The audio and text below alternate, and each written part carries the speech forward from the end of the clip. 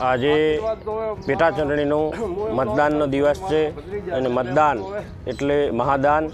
દરેક જગ્યાએ ખૂબ મોટી સંખ્યામાં અમે જ્યારે પ્રવાસ કર્યો ગામે ગામનો, ત્યારે ગામ લોકોએ 18 આલમે ખૂબ આશીર્વાદ આપ્યા છે અને આશીર્વાદ થકી આ વખતે અમારું આ કમળ બહુ જંગી મતોથી જીતાડી અને ગાંધીનગર મોકલશું અને મોદી સાહેબના હાથ મજબૂત કરશું એવો 18 આલમનો નિર્ણય છે અને એ નિર્ણયને અમે આજે મતદાનના દિવસે સાર્થક બનાવશું. લાંબા સમયથી જેની રાહ જોવાતી હતી એ ઘડી આવી પહોંચી છે. બનાસકાંઠા જિલ્લાની વાવ વિધાનસભા બેઠકની પેટા ચૂંટણી માટે આજે 13 નવેમ્બરના રોજ મતદાન શરૂ થઈ ગયું છે.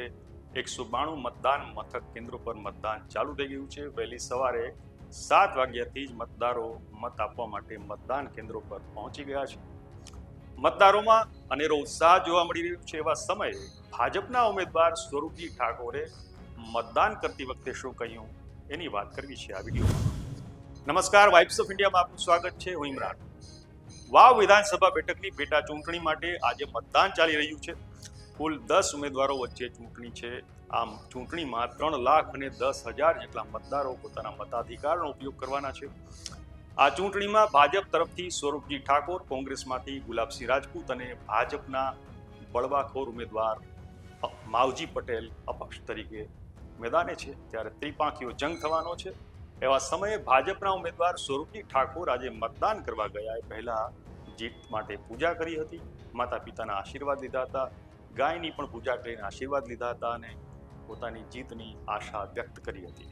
મતદાન કરવા ગયા ત્યારે સ્વરૂપજીએ મીડિયા સાથેની વાતચીતમાં શું કહ્યું ચાલો સાંભળીએ. આજે પેટા ચૂંટણીનો મતદાનનો દિવસ છે અને મતદાન એટલે મહાદાન. દરેક જગ્યાએ ખૂબ મોટી સંખ્યામાં અમે જ્યારે પ્રવાસ કર્યો ગામે ગામનો, ત્યારે ગામ લોકોએ 18 આલમે ખૂબ આશીર્વાદ આપ્યા છે અને આશીર્વાદ થકી આ વખતે અમારું આ કમળ બહુ જંગી મતોથી જીતાડી અને ગાંધીનગર મોકલશું અને મોદી સાહેબના હાથ મજબૂત કરશું એવો 18 આલમનો નિર્ણય છે અને એ નિર્ણયને અમે આજે મતદાનના દિવસે સાર્થક બનાવશું. કેટલી લીડ સાથે જીતનો વિશ્વાસ? લીડ તો ઘણી બધી લીડ મળશે. અમને આશા છે કે મોટી લીડથી અમે જીતીશું, પણ 23 તારીખે ખબર પડશે કે કેટલી લીડ છે, પણ મોટી લીડ હશે એ તમને વિશ્વાસ આપું છું. સુરજી, કોંગ્રેસ ત્રિપાંખીયો જંગ છે. ગત વખતે કેનીબેન જીત્યા હતા. તમે કહો છો કે 7 વર્ષથી અહીં ભાજપ જીત્યું નથી.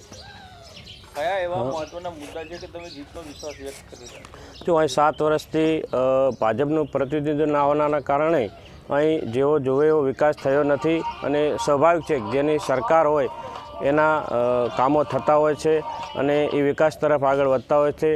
એટલે અને ગઈ લોકસભાની અંદર પણ વાવ વિધાનસભા પ્લસ રહી છે અને આ વખતે લોકોએ સ્વયંભૂ 18 આલમે નિર્ણય લીધો છે કે આ વખતે મોટી લીડથી આ કમળને જીતાડીશું એવો સ્વયંભૂ 18 આલમનો નિર્ણય છે.